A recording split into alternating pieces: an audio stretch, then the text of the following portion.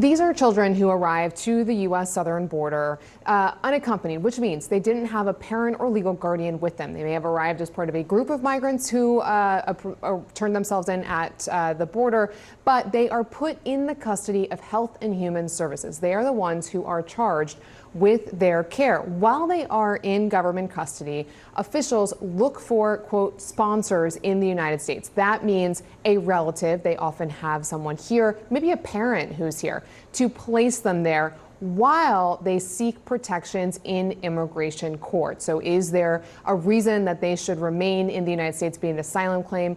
Sometimes trafficking concerns arise, a multitude of protections that can come up in these proceedings. CNN is delusional.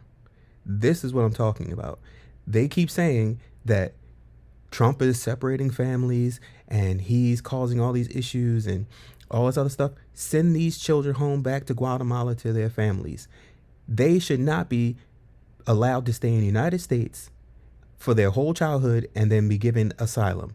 Send them home to their family. Isn't that what the Democrats cry about all the time? That they are separating families and this is traumatizing. Okay, send them home to their family. But let's unpack this video. And before we do, please subscribe to the channel.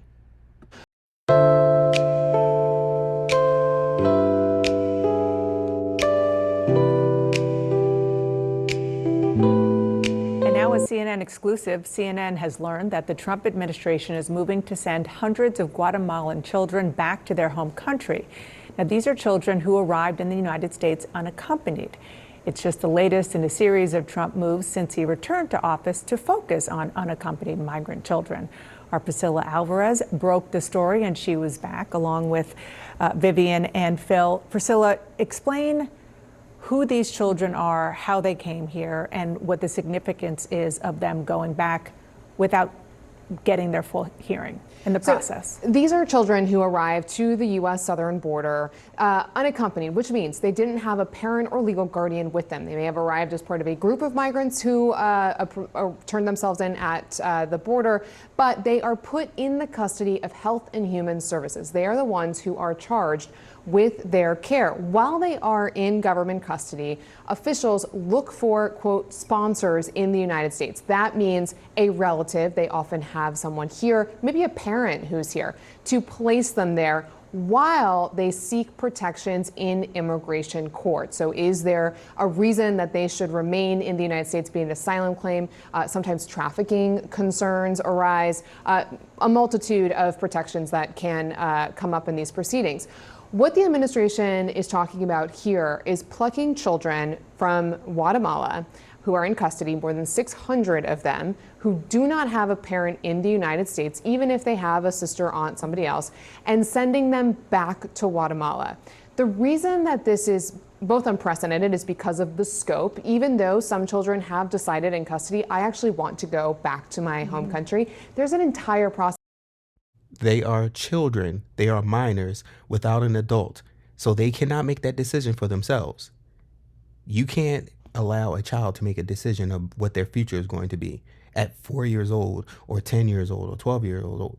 Send them home to their parents. That's for that, because they can be quite young. They don't know exactly what they're signing up for. Well, here we're talking from 0 to 17. So we're talking the whole gamut.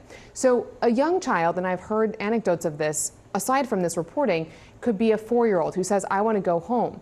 Does a 4-year-old really know what that means? So there's an immigration judge they have to go and talk to see, do you understand the severity of the situation at home, of what you're asking for? In any case, these kids, from my reporting, don't appear to have the chance to do that. They would just be sent back home. So CNN thinks that these unaccompanied minors who can't make decisions for themselves are supposed to make the decision whether they stay in this country and have taxpayers and the government take care of them for their whole entire lives. Is this woman crazy? These people are just ridiculous. And in some cases, it may be that they want to be reunited with their family, and they will be reunited with their family. In other cases, we don't know if the situation they were fleeing was bad to begin with, and we're sending them back. And that's really a key question, which is, if you look at this kind of big picture, just even as a parent, I would think, like, okay, what are the reasons an unaccompanied minor would come from a country without their parents or without the closest relative?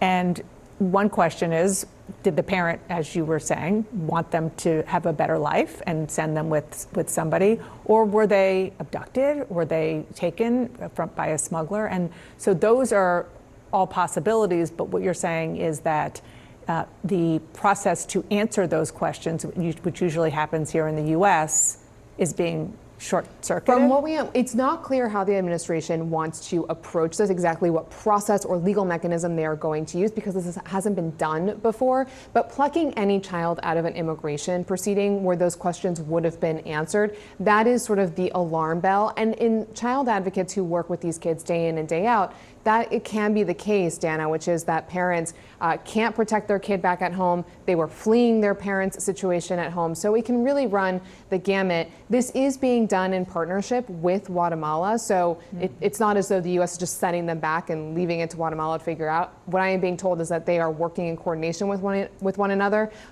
So why is they even having this conversation?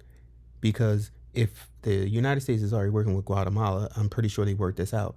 And this woman is really trying to advocate for due process to illegal immigrant minors who can't even make decisions for themselves with no adult representation. This is crazy. But this hasn't been done before, and we do know that the administration is fixated on migrant children and sending them back. And they have been for some time. Let's just look at the numbers so far. We are almost in September, so the president has almost been in office for, well, I would say 8.5 months. And the number of people deported since he returned to office, 200,000 just by ICE, and in total about 350,000, because that includes a lot of people self-deported. And U.S. Customs and Border Protection. Yes, exactly. And so just to give you context for people out there, the last time the agency recorded this many deportations was actually under President Obama. That was 316,000, and that was in all of 2014. I think the way to look at those numbers is that they view this as just a starting point still.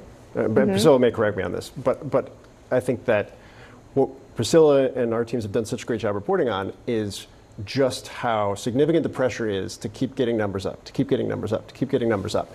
And when you start linking together things like what Priscilla is reporting here with the children, but also just what you're seeing in Washington, D.C. right now, the federal takeover of the kind of law enforcement capacity is as much an immigration issue as it is a beautifying the city, as it is a crime in DC. And that is very obvious, whoever focuses on that or not. Like if you go around, where people are being stopped is by ICE officials. Yeah, no, it's definitely a way to get into Sanctuary City with ICE. This is so hypocritical. What I don't understand is, why do they think it's about numbers with these children? It's about them going home to their parents, about not separating families. Remember, isn't that what you said that Trump does, is separate families? But then when he wants to reunite families, he's wrong there.